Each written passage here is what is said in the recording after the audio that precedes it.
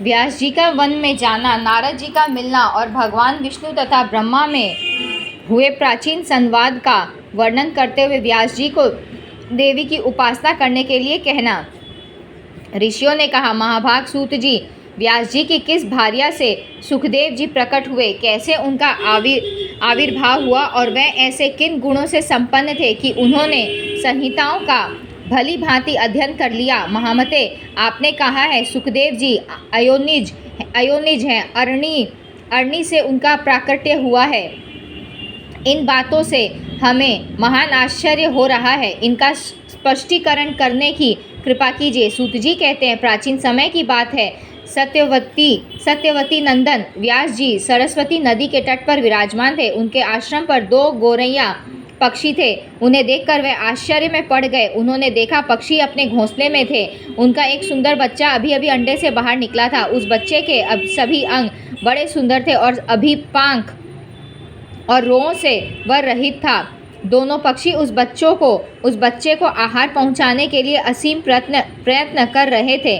बारंबार दाने ला लाकर उन्हें बच्चे के मुख में डालना उनका प्रधान कर्तव्य बन गया था। वह आनंद में विह्वल होकर उस बच्चे के अंगों को अपने अंगों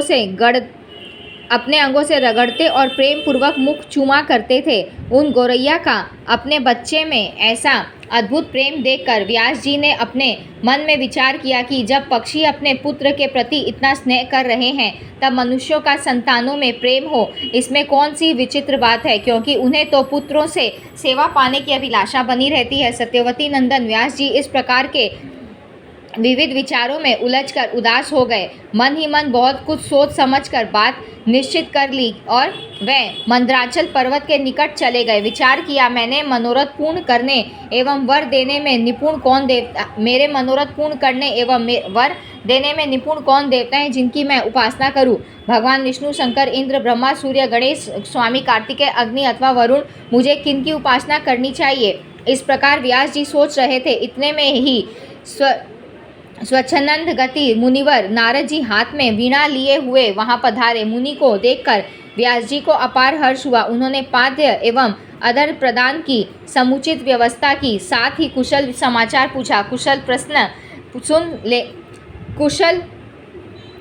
सुन लेने के पश्चात मुनिवर नारद जी ने व्यास जी से पूछा, द्वैपायन, तुम क्यों इतने चिंतित दिख रहे हो? अपनी चिंता का कारण बतलाओ।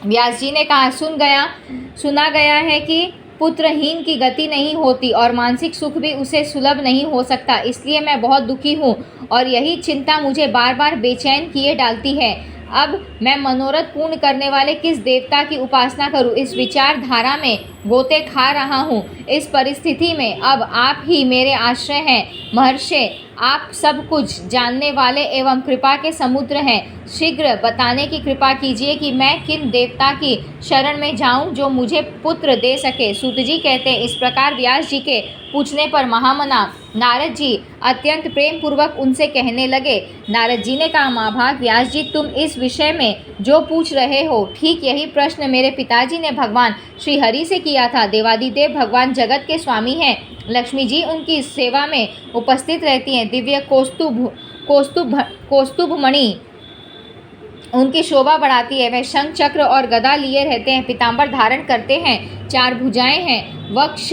स्थल पर श्री वत्स का चिन्ह चमकता रहता है। वे चराचर जगत के आश्रयदाता हैं। जगत गुरु एवं देवताओं के भी देवता हैं। ऐसे जगत प्रभु भगवान श्री हरि महान तप कर रहे थे। उनकी समाधि लगी थी। यह देखकर मेरे पिता ब्रह्मा जी को बड़ा आश्चर्य हुआ। अतः उन्होंने उनसे जानने की इच्छा प्रकट की। ब्रह्मा जी ने पूछा, प्रभो, आप देवताओं के अध्यक्ष, जगत के स्वामी और भूत, भविष्य एवं वर्तमान सभी जीवों के एकमात्र शासक हैं। भगवान, फिर आप क्यों तपस्या कर रहे हैं और किस देवता की आराधना में ध्यानमग्न हैं? मुझे असीम आश्चर्य तो यह हो रहा है कि आप देवेश्वर एवं सारे संसार के शासक होते हुए भी समाधि लगाए बैठे हैं। प्रभो, आपके नाभि कमल से तो मेरी उत्पत्ति हुई और वह मैं अखिल विश्व का रचयिता बन गया। फिर आप जैसे सर्वसमर्थ पुरुष से बढ़कर कौन विशिष्ट देवता है उसे बताने की कृपा अवश्य कीजिए। जगत प्रभु, मैं तो यही जानता हूँ कि सबके कारण स्वरूप आदि पुरुष परमात्मा आप ही हैं। आप में सारी शक्तियाँ स्थित है। सृष्टि, स्थिति और संहार तथा सभी कार्यों के करने वाले आप ही हैं। महाराज, आपकी इच्छा से ही मैं इस जगत की रचना करता हूँ। भगवान शंकर भी आपकी आज्ञा पाने पर ही समयानुसार सदा संहार लीला में प्रवृत्त होते हैं। भगवान सूर्य का आकाश में चक्कर लगाना, सुखदायी पवन का चलना, अग्नि का जलना और मेघ का बरसना आदि सभी कार्य आपकी आज्ञा पर ही निर्भर है। मुझे तो महान कौतूहल यह हो रहा है कि आप किस देवता का ध्यान कर रहे हैं। त्रिलोकी में आपसे बढ़कर किसी देवता को मैं नहीं देखता। अतएव सुवत्र मुझ दास को यह रहस्य स्पष्ट बताने की कृपा कीजिए, क्योंकि श्रेष्ठ पुरुष किसी बात को छिपाते नहीं। स्मृतियाँ भी यही कहती हैं। ब्रह्मा जी के ये विनीत वचन सुनकर भगवान श्रीहरि उनसे कहने लगे, ब्राह्मण, सावधान होकर सुनो। मैं अपने मन का विचार व्यक्त करता हूँ। देवता, दानव और मानव सब यही जानते हैं कि तुम सृष्टि करते हो, मैं पालन करता हूँ और शंकर संहार किया करते हैं। किंतु फिर भी वेद के पारगामी पुरुष अपनी युक्ति से यह सिद्ध करते हैं कि रचने, पालने और संहार करने की यह योग्यता जो हमें मिली है, इसकी अधिष्ठात्री शक्ति देवी है। वे कहते हैं कि संसार की सृष्टि करने के लिए तुम में राशि शक्ति का संचार हुआ है। मुझे सात्विकी शक्ति मिली है और रुद्र में तामसी शक्ति का आविर्भाव हुआ है। उस शक्ति के अभाव में तुम इस संसार की सृष्टि नहीं कर सकते। मैं पालन करने में सफल नहीं हो सकता और रुद्र से संहार कार्य होना भी संभव नहीं। ब्रह्मा जी, हम सभी उस शक्ति के सहारे ही अपने कार्य में सदा सफल होते आए हैं। सुवर्त, प्रत्यक्ष और परोक्ष दोनों उदाहरण मैं तुम्हारे सामने रखता हूँ। सुनो, यह निश्चित बात है कि उस शक्ति के अधीन होकर ही मैं प्रलय काल में इस शेषनाग की सैया पर सोता और सृष्टि करने का अवसर आते ही जग जाता हूँ। मैं सदा तप करने में लगा रहता हूँ। उस शक्ति के शासन से कभी मुक्त नहीं रह सकता। कभी अवसर मिला तो लक्ष्मी के साथ सुखपूर्वक समय बिताने का सौभाग्य प्राप्त होता है। मैं कभी तो दानवों के साथ युद्ध करता हूँ। अखिल जगत को भय पहुँचाने वाले दैत्यों के विकराल शरीरों को शांत करना मेरा परम कर्तव्य हो जाता है। धर्म के बहुत पहले की बात कह रहा हूँ। उस समय तुम तो थे ही, चारों ओर जल ही जल था। मुझे 5000 वर्षों तक बाहु युद्ध करना पड़ा था। मेरे कान के मल से उत्पन्न होने वाले मधु और कैटभ नामधारी 2 दानव महान दुष्ट थे। उन्हें असीम अभिमान था।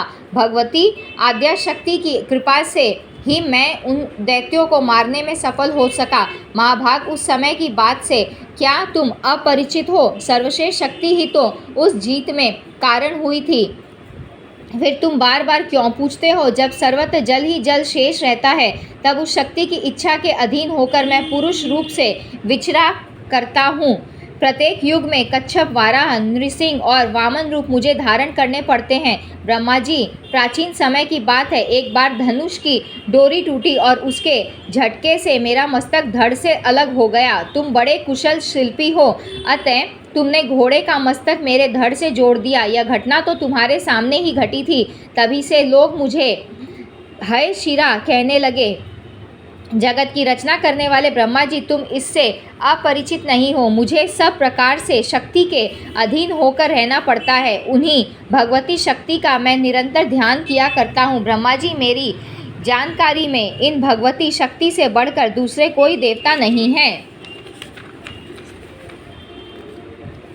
नारद जी कहते हैं, इस गुप्त रहस्य के वक्ता भगवान विष्णु है और श्रोता ब्रह्मा जी रहे। मुनिवर, फिर तो पितामह ने वह सभी बातें अक्षरश मुझे कह सुनाई। अतएव तुम भी यदि अपना पुरुषार्थ सिद्ध करना चाहते हो तो उन्हीं भगवती के चरण कमलों को अपने हृदय में धारण करो। तुम्हारी जो भी अभिलाषाएं हैं वह सभी भगवती जगदम्बिका अवश्य पूरा कर देंगी। सूत जी कहते हैं, इस प्रकार नारद जी के कहने पर सत्यवती नंदन व्यास जी भगवती के चरण कमलों को अपने हृदय में स्थापित करके तपस्या करने के लिए पर्वत पर चले गए। यहाँ हमारा 4था अध्याय पूरा हुआ है। भगवान विष्णु के हयग्रीवावतार का कारण तथा हयग्रीव स्वरूप से हयग्रीव दानव का वध। ऋषिगण बोले, सूत जी आपने बड़े आश्चर्य की बात कही। अरे जो भगवान विष्णु सबके कर्ता धर्ता हैं, उनका भी मस्तक कटकर धड़ से अलग हो गया। फिर उस धड़ पर घोड़े का सिर रखा गया और वह हयग्रीव कहलाने लगे। वेद भी जिनकी स्तुति करते हैं, संपूर्ण देवताओं को आश्रय देना जिनका स्वाभाविक गुण है तथा जो समस्त कारणों के भी परम कारण है, उन आदि देव जगत प्रभु भगवान श्री हरि को भी छिन्नमस्तक हो जाना पड़ा। यह देव की ही करामात है, परंतु महामते ऐसी घटना कैसे घट गई, इसे शीघ्र विस्तार पूर्वक कहने की कृपा कीजिए। सूत जी कहते हैं, मुनिगणों, भगवान विष्णु परम तेजस्वी एवं देवताओं के भी देवता हैं। उनकी लीला बड़ी विचित्र है। तुम सब लोग अत्यंत सावधान होकर उनकी अद्भुत कथा सुनो। एक समय की बात है, सनातन परम प्रभु भगवान श्री हरि को घोर युद्ध करना पड़ा। 10,000 वर्षों तक वे युद्ध भूमि में डटे रहे। फिर तो उन्हें थकान सी हो गई, तब वे अपने पुण्य प्रदेश वैकुंठ में गए। पद्मासन लगाकर बैठे, धनुष पर डोरी चढ़ी हुई थी। इसी अवस्था में धनुष को भूमि पर टेक कर उसी के सहारे वे कुछ झुक से गए। फिर उसी पर भार देकर अलसाने भी लगे। श्रम के कारण अथवा लीला संयोग से उन्हें घोर निद्रा आ गई। उसी अवसर पर कुछ दिनों से देवताओं के यहाँ यज्ञ करने की योजना चल रही थी। इंद्र, ब्रह्मा, शंकर आदि सभी देवता यज्ञ करने में तत्पर होकर भगवान श्री हरि से मिलने वैकुंठ में गए। देवताओं का कार्य निर्विघ्न चलता रहे, यही उस यज्ञ का उद्देश्य था। वहाँ उन्हें यज्ञेश्वर भगवान विष्णु का दर्शन नहीं मिला। फिर तो ध्यान द्वारा पता लगाकर वे जहाँ भगवान विराजमान थे वहाँ पहुँच गए। देखा, परम प्रभु भगवान श्री हरि योग निद्रा के अधीन होकर अचेत से पड़े हैं। तब वे देवता लोग वहीं ठहर गए। जब भगवान की निद्रा भंग न हुई, तब वे देवता अत्यंत चिंतित हो गए। ऐसी स्थिति में इंद्र ने प्रधान देवताओं को संबोधित करके कहा, अब क्या करना चाहिए? देवताओं, आप स्वयं विचार करें, भगवान विष्णु को कैसे जगाया जाए? तब भगवान शंकर ने कहा, देवताओं, यद्यपि किसी की निद्रा भंग करना निषिद्ध आचरण है, फिर भी यज्ञ का कार्य संपन्न करने के लिए तो इन्हें जगा ही देना चाहिए। तब ब्रह्मा जी ने वर्मी नामक एक कीड़ा उत्पन्न किया। सोचा, धनुष पृथ्वी पर है ही, यह कीड़ा उस धनुष की तात को काट देगा। तदनंतर आगे की रस्सी को काटते ही झुका हुआ धनुष ऊपर को तन उठेगा। फिर तो देवादिदेव श्री हरि की निद्रा टूट ही जाएगी। तब देवताओं का कार्य सिद्ध होने में कोई संदेह न रहेगा। इस प्रकार मन में विचार करके प्रधान देवता अविनाशी ब्रह्मा जी ने वैसा करने के लिए वर्मी को आज्ञा दे दी। तब वह वर्मी नामक कीड़ा ब्रह्मा जी से कहने लगा, अरे लक्ष्मीकांत, भगवान नारायण देवताओं के भी आराध्य देव हैं, भला उन जगत गुरु की निद्रा मैं कैसे भंग कर सकूंगा? भगवान, इस धनुष की डोरी को काटने से मुझे कौन सा लाभ है जिसके कारण ऐसा घृणित कार्य किया जा सके? सभी प्राणी किसी न किसी स्वार्थ को लेकर ही नीच कर्म में प्रवृत्त होते हैं, यह बिल्कुल निश्चित बात है। इसलिए यदि मेरा कोई निजी काम बनने वाला हो, तभी इसे काटने में मैं तत्पर हो सकूंगा। ब्रह्मा जी ने कहा, सुनो, हम लोग तुम्हें यज्ञ में भाग दिया करेंगे। यह निजी लाभ मानकर अब तुम शीघ्र हमारा काम करो, अर्थात भगवान श्री हरि को जगा दो। देखो, यज्ञ में हवन करते समय अगल बगल जो भी भविष्य गिर जाएगा वह तुम्हारा भाग है, यह समझ लो। अच्छा, अब हमारा काम बहुत जल्दी हो जाना चाहिए। सूत जी कहते हैं, इस प्रकार ब्रह्मा जी के कहने पर उसी क्षण वर्मी ने प्रयत्नाचको जो नीचे भूमि पर थी खा लिया। फिर तो धनुष बंधन मुक्त हो गया। प्रत्यक्षता करते ही दूसरी ओर की डोरी भी वैसे ही ढीली पड़ गई। उस समय बड़े जोर से भयंकर शब्द हुआ, जिससे देवता भयभीत हो उठे। चारों ओर अंधकार छा गया, सूर्य की प्रभा क्षीण हो गई। फिर तो सभी देवता घबराकर सोचने लगे, अहो, ऐसे भयंकर समय में पता नहीं क्या होने वाला है। ऋषियों समस्त देवता यो सोच रहे थे। इतने में पता नहीं भगवान विष्णु का मस्तक कुंडल और मुकुट सहित कहाँ उड़कर चला गया। कुछ समय के बाद जब घोर अंधकार शांत हुआ, तब भगवान शंकर और ब्रह्मा जी ने देखा श्री हरि का श्री विग्रह बिना मस्तक का पड़ा हुआ है। यह बड़े आश्चर्य की बात सामने आ गई। भगवान विष्णु के केवल धड़ को देखकर उन श्रेष्ठ देवताओं के आश्चर्य की सीमा न रही। अब वे चिंता के उमड़े हुए समुद्र में डूबने उतराने लगे। अत्यंत दुखी होकर उनकी आंखें जल बरसाने लगी। वे विलाप करने लगे, हा नाथ, आप तो देवताओं के भी आराध्य देव एवं सनातन प्रभु हैं। फिर भगवान संपूर्ण देवताओं को निष्प्राण करने वाली यह कैसी दैवी विचित्र घटना घट गई। ब्रह्मा जी ने कहा, काल भगवान ने जैसा विधान रच रखा है वैसा अवश्य ही होता है। यह बिल्कुल संदिग्ध बात है। जैसे बहुत पहले काल की प्रेरणा से भगवान शंकर ने मेरा ही मस्तक काट दिया था, उसी तरह आज भगवान विष्णु का भी मस्तक धड़ से अलग होकर समुद्र में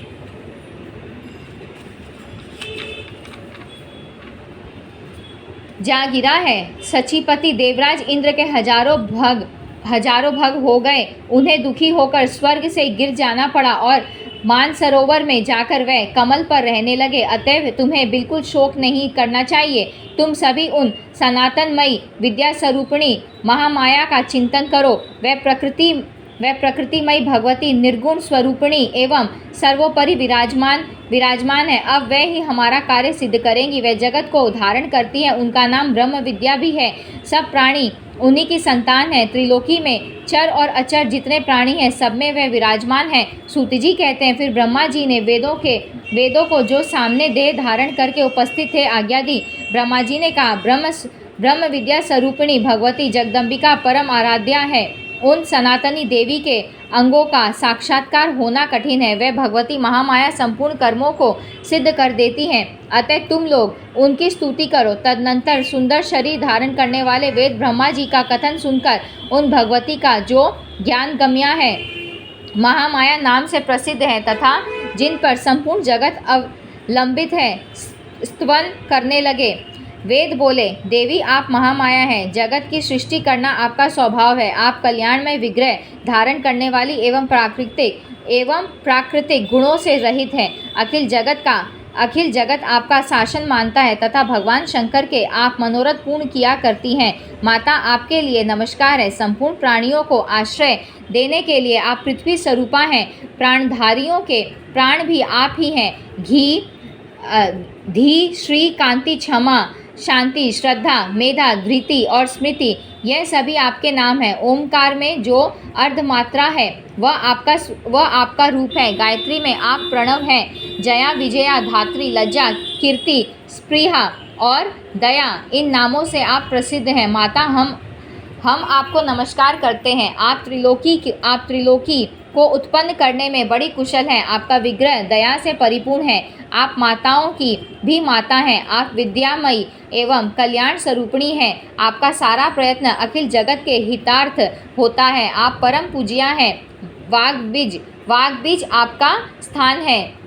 ज्ञान द्वारा संसार जनित अंधकार को आप नष्ट कर देती हैं। ब्रह्मा, विष्णु, महेश, इंद्र, अग्नि और सरस्वती, सूर्य, ये जो भूमंडल के स्वामी कहे जाते हैं, उन्हें भी आपने ही नियुक्त किया है। इसलिए आपके समक्ष उनकी कुछ भी प्रधानता न रही।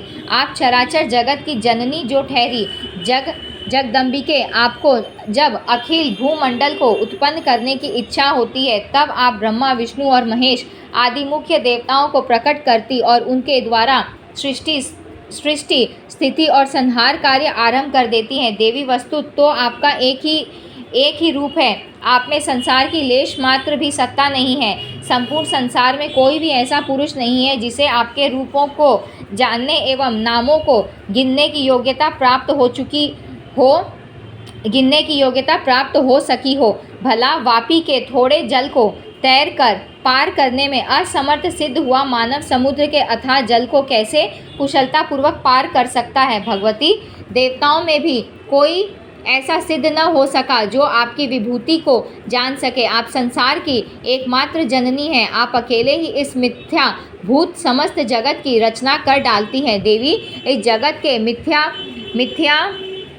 मिथ्यात्व में श्रुति वचन ही प्रमाण है। देवी, आश्चर्य तो यह है कि इच्छा रहित होते हुए भी आप अखिल जगत की उत्पत्ति में कारण हैं। आपका यह अद्भुत चरित्र हमारे मन को मोह में डाल रहा है। जब सारी श्रुतियाँ आपके गुणों एवं प्रभाव को जानने में असमर्थ रही, तब हम उन्हें कैसे जान सकते हैं। अधिक क्या कहें, अपने परम प्रभाव को आप स्वयं भी नहीं जानती। कल्याणमयी जगदम्बिके, भगवान श्री विष्णु का मस्तक धड़ से अलग हो गया है। क्या आप इसे नहीं जानती अथवा जानकर भी उनके प्रभाव की परीक्षा करना चाहती हैं। इस समय श्री हरि मस्तकहीन हो गए हैं। यह बात महान आश्चर्यजनक एवं साथ ही असीम दुखप्रद भी सिद्ध हो रही है। अब हम यह नहीं जान सकते कि आप जन्म मरण के बंधन को काटने में कुशल होते हुए भी श्री विष्णु के मस्तक को जोड़ने में विलंब क्यों कर रही हैं। जगदम्बिके, आपका यह लीला वैभव हमारी समझ से बाहर है।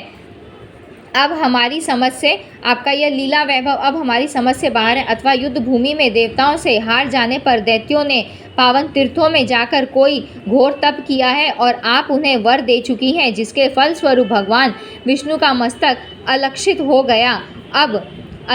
गया या अब आप श्री हरि को मस्तकहीन देखने का ही आनंद लूटना चाहती हैं। जगदम्बिके, आप लक्ष्मी पर कुपित तो नहीं हो गई, क्योंकि उनको आप भगवान विष्णु से रहित देखना चाहती हैं। माना यदि लक्ष्मी ने अपराध ही कर दिया हो तब भी तो आपको क्षमा कर देना चाहिए, क्योंकि वह भी आपसे ही प्रकट हुई है। अतः श्री हरि को पुण्य मस्तक प्रदान करके लक्ष्मी को प्रसन्न करने की कृपा कीजिए। देवी, यह सुरगण आपको निरंतर नमस्कार कर रहे हैं। आपके जगत सृजन्यमय कार्य की व्यवस्था के यह प्रधान सदस्य हैं। आपकी कृपा से इन्हें प्रतिष्ठा भी प्राप्त हो चुकी है। अब आप अखिल लोकनायक भगवान विष्णु को प्राण दान करके शोक रूपी समुद्र से इन देवताओं का उद्धार करने की कृपा कीजिए। माता, पहले तो हम यही नहीं जानते कि श्री हरि का मस्तक चला कहाँ गया है। यह तो बिल्कुल निश्चित है कि आपकी कृपा के बिना और कोई उपाय नहीं है। देवी, आप जैसे अमृत पिलाकर देवताओं को जीवित करने में निपुण है, वैसे ही अब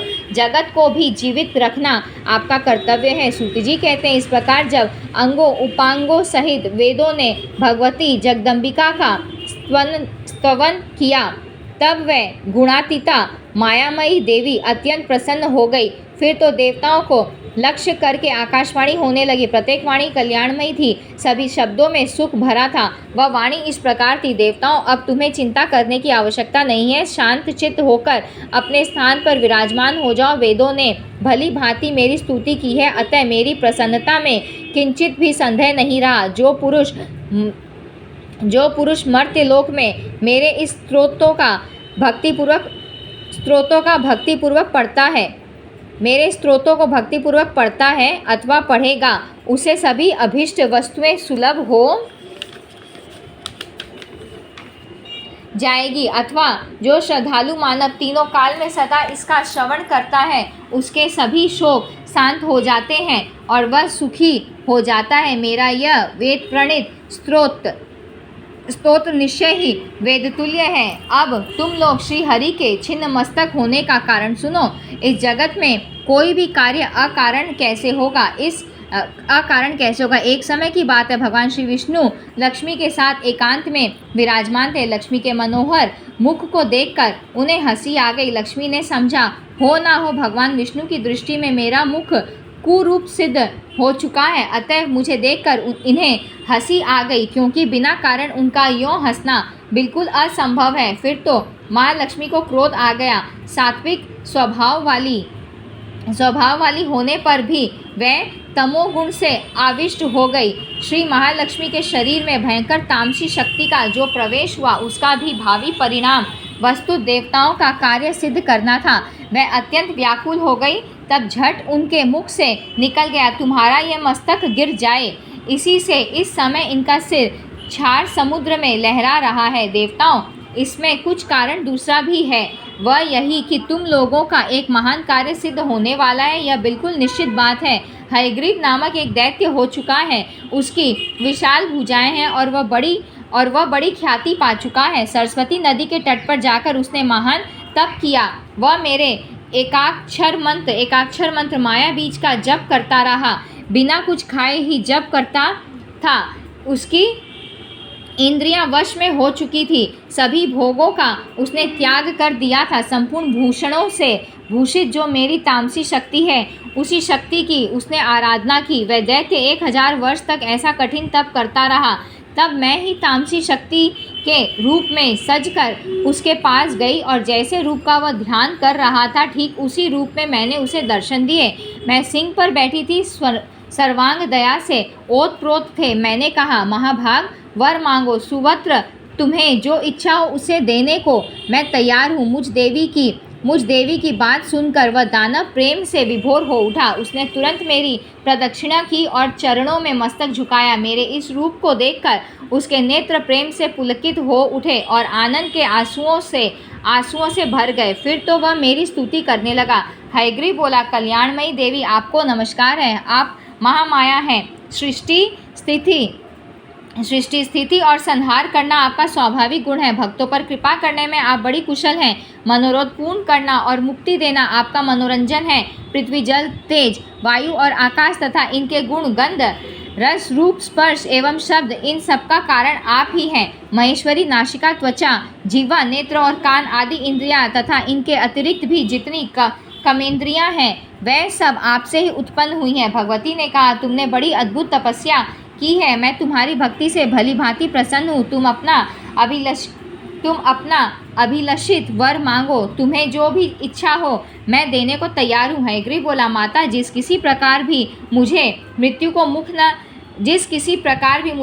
का मुख न देखना पड़े, वैसा ही वर देने की कृपा कीजिए। मैं अमर योगी बन जाऊं, देवता और दानव कोई भी मुझे जीत न सके। देवी ने कहा, देखो, जन्मे हुए की मृत्यु और मरे हुए का जन्म होना बिल्कुल निश्चित है। भला ऐसी सिद्ध मर्यादा जगत में कैसे व्यर्थ की जा सकती है।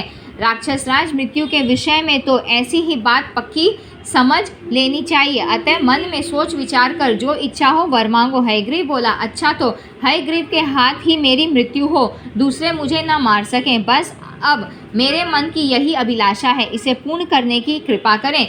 देवी ने कहा, महाभाग, अब तुम घर जाओ और आनंद पूर्वक राज्य करो। यह बिल्कुल निश्चित है, हयग्रीव के सिवा दूसरा कोई तुम्हें नहीं मार सकेगा। इस प्रकार उस दानव को वर देकर तामसी देवी अंतर्ध्यान हो गई और वह दैत्य भी असीम आनंद का अनुभव करते हुए अपने घर चला गया। वही पापी इन दिनों मुनियों और वेदों को अनेक प्रकार से सता रहा है। त्रिलोकी में कोई भी ऐसा नहीं है जो उस दुष्ट को मार सके। अतएव इस घोड़े का सुंदर सिर उतार कर श्री विष्णु के धड़ से जोड़ दिया जाएगा। यह कार्य ब्रह्मा जी के हाथ संपन्न होगा। तदनंतर वह ही भगवान हयग्रीव देवताओं के हित साधन के लिए उस दुष्ट एवं निर्दयी दानव के प्राण हरेंगे। सूत जी कहते हैं, देवताओं से यों कहकर वह आकाशवाणी शांत हो गई। फिर तो देवता आनंद से विहल हो उठे। उन्होंने दिव्य शिल्पी ब्रह्मा जी से कहा।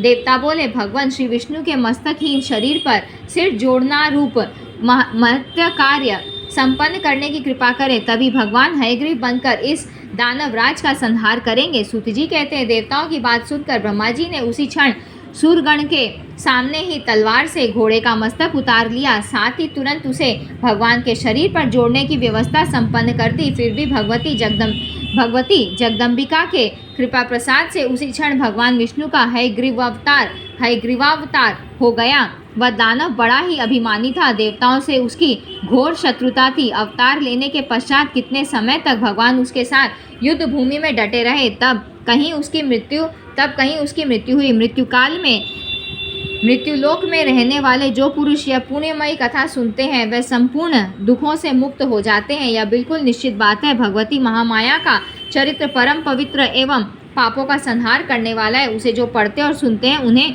संपूर्ण संपत्तियां सुलभ हो जाती हैं। यहाँ हमारा 5वां अध्याय समाप्त हुआ है। त्रिविध साहित्य तथा त्रिविध श्रवण का विवेचन करते हुए पुराण की श्रेष्ठता का प्रतिपादन, मधुकैटभ को देवी का वरदान, भगवान विष्णु का योग निद्रा के अधीन होना, ब्रह्मा जी के द्वारा देवी की स्तुति और भगवान विष्णु का योग निद्रा से जागरण। ऋषियों ने पूछा, सौम्य, अभी आपके मुखारविंद से निकल चुका है कि जब सर्वत्र जल ही जल था, उस समय मधु और कैटभ के साथ भगवान विष्णु की लड़ाई थम गई। 5000 वर्षों तक युद्ध चलता रहा। अब प्रश्न होता है कि अत्यंत पराक्रमी, किसी प्रकार हार न खाने वाले तथा देवता भी जिन्हें न जीत सके, ऐसे वह दानव उस एकारण वर्ण एकाण्व जल में उत्पन्न ही कैसे हो गए? महाप्राज्य वे दानव क्यों उत्पन्न हुए और किस कारण भगवान ने उनकी जीवन लीला समाप्त कर दी, यह बताने की कृपा कीजिए। यह प्रसंग बड़ा ही विलक्षण जान पड़ता है। हम सभी को सुनने की बड़ी उत्कट इच्छा है और आप प्रसिद्ध वक्ता यहाँ पधारे ही हैं। 5 इंद्रियों में आँख और कान यह सबसे अधिक कल्याण करने वाली मानी जाती है, क्योंकि सुनने से वस्तु का विज्ञान होता है और देखने से चित्त में प्रसन्नता होती है। महाभाग सुनना भी 3 प्रकार का होता है, सात्विक, राजस और तामस। विज्ञ पुरुष इस विषय का वास्तविक विवेचन कर चुके हैं। उन्होंने वेद शास्त्र आदि के श्रवण को सात्विक, साहित्य श्रवण को राजस और युद्ध संबंधी तथा दूसरों के दोष प्रकट करने वाली बातों के सुनने को तामस माना है। प्रकांड विद्वानों ने सात्विक श्रवण में भी 3 प्रकार का भेद बतलाया है, उत्तम, मध्यम और निकृष्ट। मोक्ष प्रदान करने वाले श्रवण को उत्तम, स्वर्ग देने वाले को मध्यम तथा भोग देने वाले को अधम कहा है। विद्वानों के निर्णय करने पर यह बात स्पष्ट हुई है। साहित्य भी 3 प्रकार के होते हैं, जिसमें अपनी नायिका के श्रृंगार का वर्णन है, वह उत्तम है। जो वैश्याओं के श्रृंगार वर्णन से संबंध रखता है वह मध्यम तथा पर स्त्री के श्रृंगार का वर्णन करने वाला साहित्य अधम माना गया है। तामस श्रवण के 3 भेद समझने चाहिए। शास्त्र का अवलोकन करने वाले विद्वानों ने आताई के साथ युद्ध के प्रसंग को सुनना उत्तम कहा है। वैर ठन जाने पर शत्रुओं के साथ जो लड़ाई छिड़ जाती है, जैसे पांडवों के साथ हुआ था, वह मध्यम है। बिना कारण विवाद खड़ा कर लड़ने का जो प्रसंग है वह अधम है। अतएव महामते पुराण श्रवण सबसे श्रेष्ठ सिद्ध है। इस पावन प्रसंग के सुनने से बुद्धि बढ़ती है तथा पाप ताप सदा के लिए शांत हो जाते हैं। इसलिए महाबुधे अब वही पुराण विषयक पवित्र कथा सुनाने की कृपा कीजिए। सूत जी कहते हैं, महानुभावों, तुम्हारे अंदर जो यह प्रसंग सुनने की इच्छा जागृत हो उठी और मैं कहने के लिए तत्पर हो गया, इससे जगत में मैं और तुम लोग सभी कृतार्थ हो गए। प्राचीन समय की बात है, त्रिलोकी जलमग्न हो गई थी।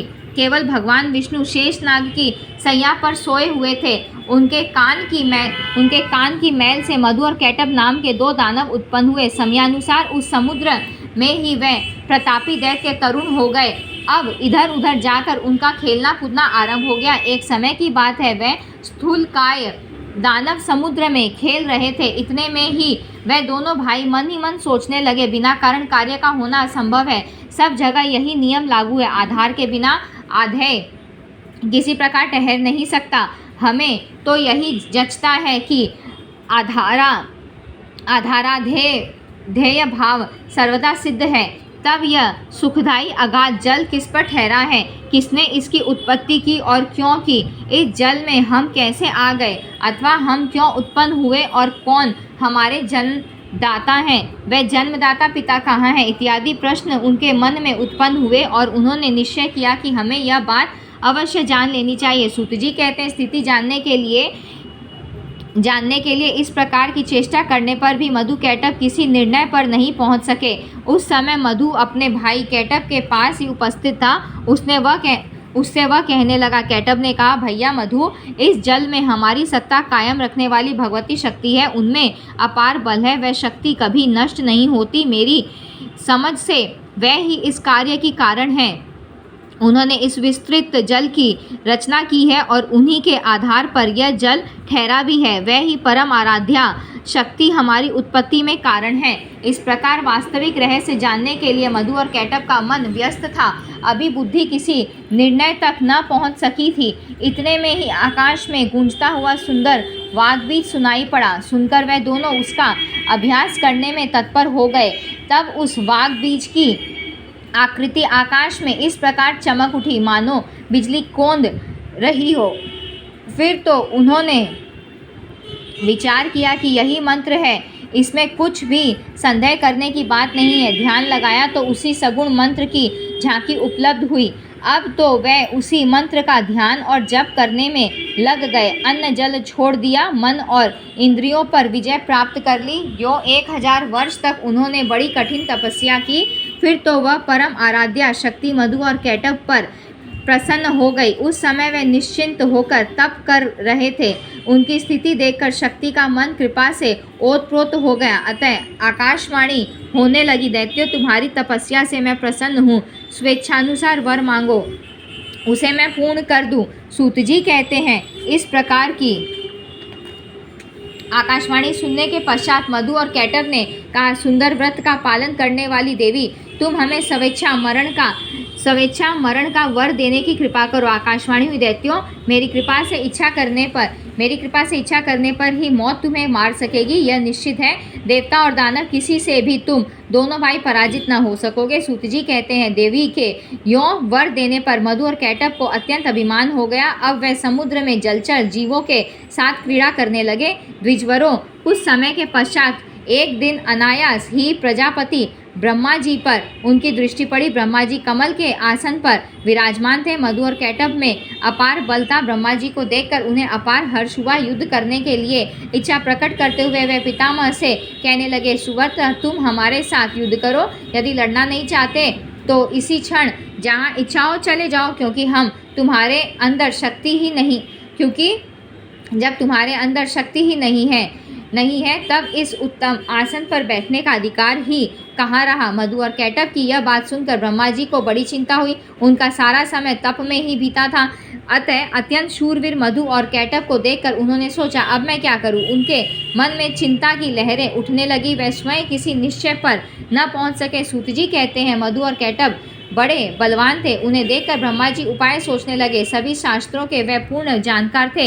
युद्ध संबंधी साम, दान, दंड और भेद आदि अनेकों उपाय उनके सामने आए। सोचा, इन राक्षसों में वास्तविक कितना बल है, यह मैं बिल्कुल नहीं जानता। शत्रु का बल जाने बिना युद्ध में प्रवृत्त हो जाना ठीक नहीं समझा जाता।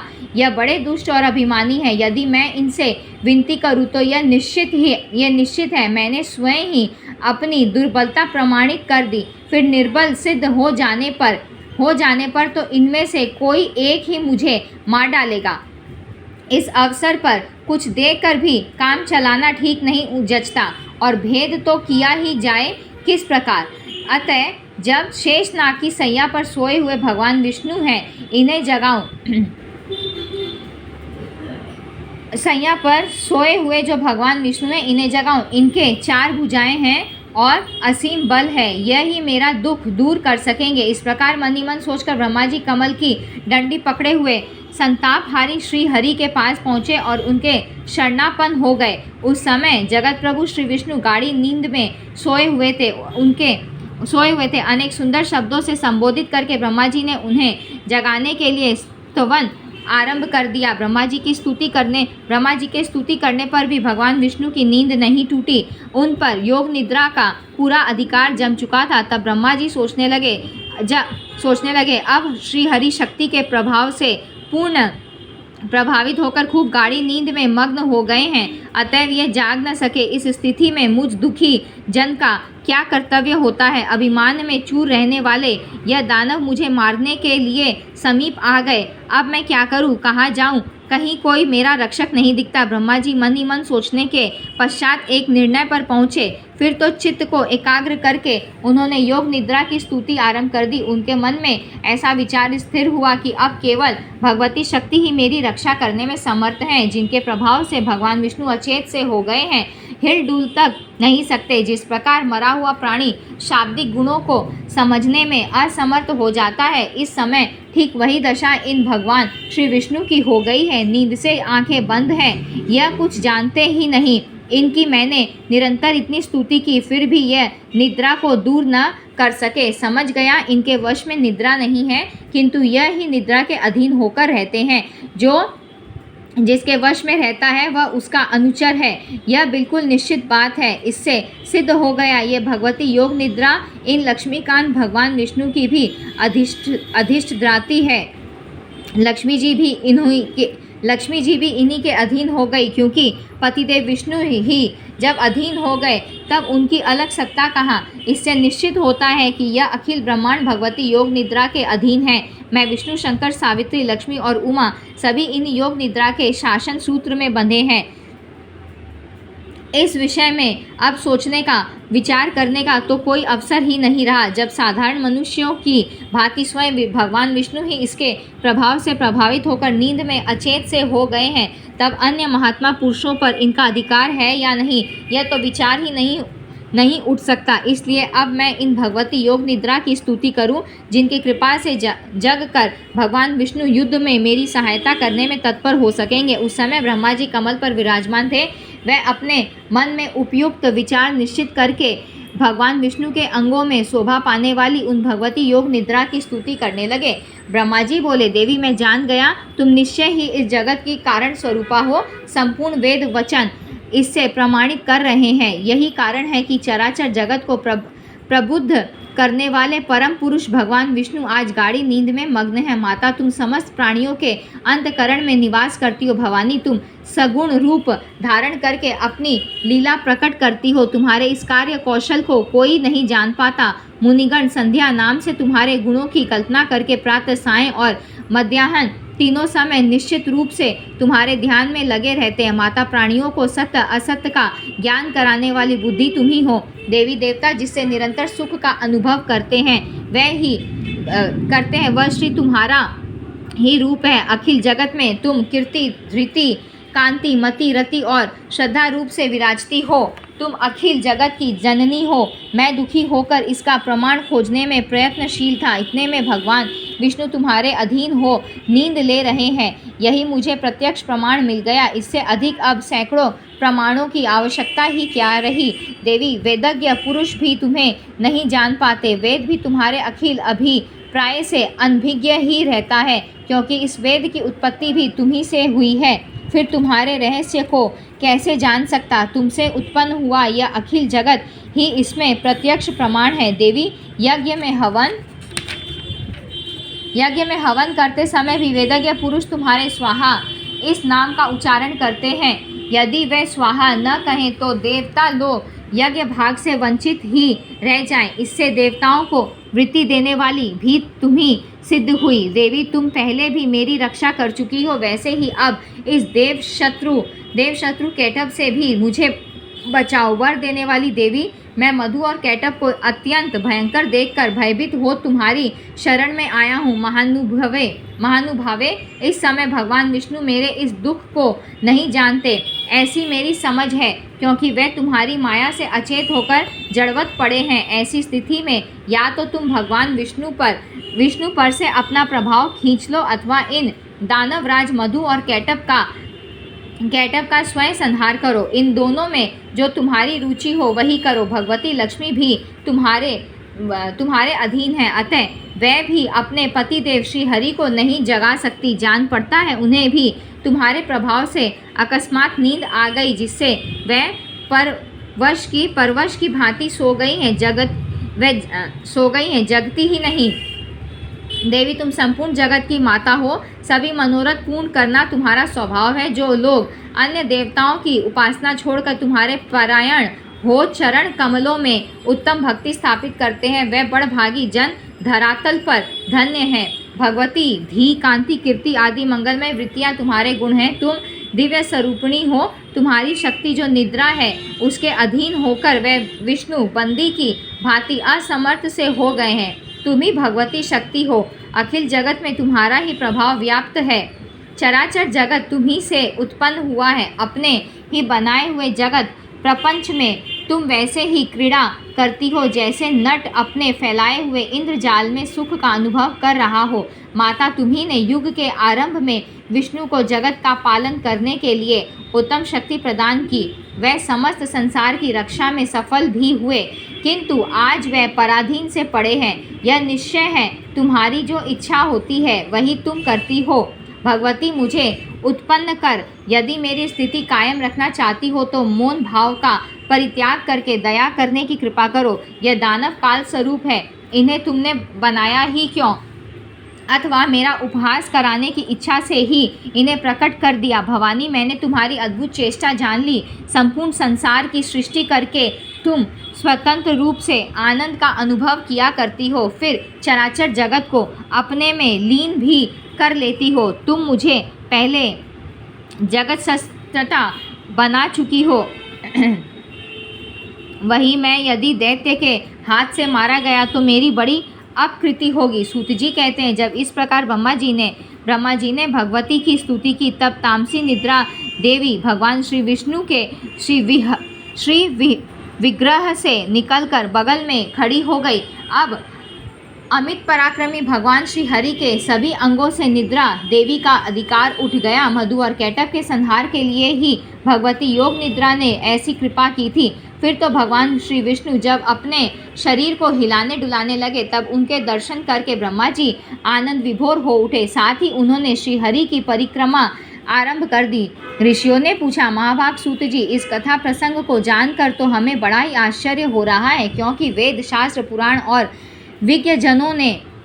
विज्ञजनों ने सदा यही निर्णय किया है कि ब्रह्मा विष्णु और शंकर ये ही तीनों सनातन देवता हैं। इनसे बढ़कर इस ब्रह्मांड में दूसरा कोई देवता है ही नहीं। ब्रह्मा जी सारे संसार की सृष्टि करते हैं। जगत का संरक्षण भगवान श्री विष्णु के अधीन रहता है। प्रलय के अवसर पर शंकर जी उसका संहार किया करते हैं। इस जगत प्रपंच के ये ही तीनों देवता कारण हैं। ये वास्तव में एक ही हैं, किंतु कार्यवश सत्व, रज और तम आदि गुणों को स्वीकार करके ब्रह्मा विष्णु एवं शंकर नाम से विख्यात होते हैं। इन तीनों में परम पुरुष भगवान विष्णु सबसे श्रेष्ठ है। वे जगत के स्वामी और आदिदेव कहलाते हैं। उनमें सब कुछ करने की योग्यता है। दूसरा कोई भी देवता उन अतुल तेजस्वी श्री विष्णु के समान शक्तिशाली नहीं है। फिर ऐसे सर्वसमर्थ परम प्रभु भगवान श्री विष्णु योग माया के अधीन होकर कैसे सो गए? महाभाग हमें यह महान संदेह हो रहा है। इस मंगलमय प्रसंग को सुनाने की कृपा कीजिए। सुवत्र, आप पहले जिसकी चर्चा कर चुके हैं तथा जिसने परम प्रभु विष्णु पर भी अधिकार जमा लिया, वह कौन सी शक्ति है? कहाँ से उसकी सृष्टि हुई? उसमें कैसे इतना पराक्रम हो गया और क्या उसका परिचय है? सब बताने की कृपा करें। जो सबके स्वामी हैं, जगत के गुरु हैं, सर्वोत्तम आत्मा है, परम आनंद स्वरूप हैं, सच्चिदानंदमय विग्रह हैं, सबकी सृष्टि करते हैं, सबका संरक्षण करते हैं, रजोगुण से रहित हैं, सर्वत्र विचर सकते एवं परम पवित्र परात्पर हैं। ऐसे सर्वगुण संपन्न भगवान श्री विष्णु विवश होकर कैसे नींद में अचेत हो गए?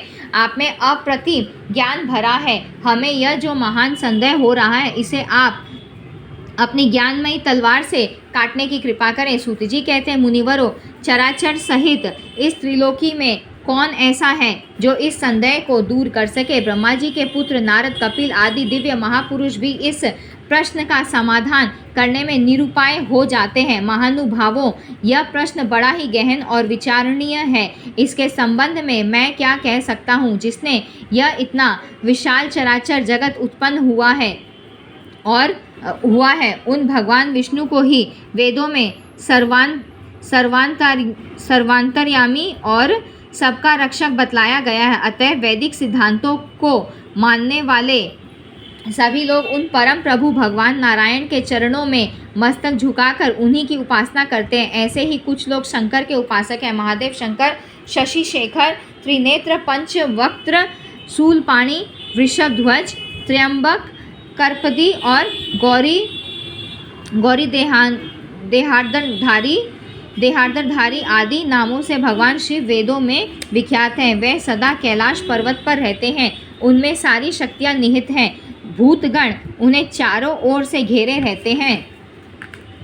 उन्होंने दक्ष का यज्ञ विध्वंस कर दिया था। महानुभावों, इसी तरह अनेकों वेदज्ञ पुरुष प्रतिदिन प्रातः, सायं और मध्याह्न काल में भांति भांति के स्तोत्रों का पाठ करके उनके द्वारा सूर्य की उपासना करते हैं। वे मानते हैं कि संपूर्ण वेदों में सूर्य की उपासना को ही उत्तम माना गया है। उन्हीं महाभाग का नाम परमात्मा भी है। वैसे ही कुछ वेदज्ञ पुरुषों का कथन है कि वेदों में सब जगह अग्नि की उपासना की गई है। इनके सिवा दूसरे लोग इंद्र और वरुण को भी पूज्य मानते हैं। जिस प्रकार गंगा एक ही है किंतु धाराओं के रूप में पृथक पृथक बहती है, वैसे ही महर्षियों का कथन है कि एक ही भगवान विष्णु संपूर्ण देवताओं में विराजमान है। प्रत्यक्ष, अनुमान और तीसरा शब्द, इन तीन प्रमाणों को ही प्रकांड विद्वानों ने सिद्ध किया है।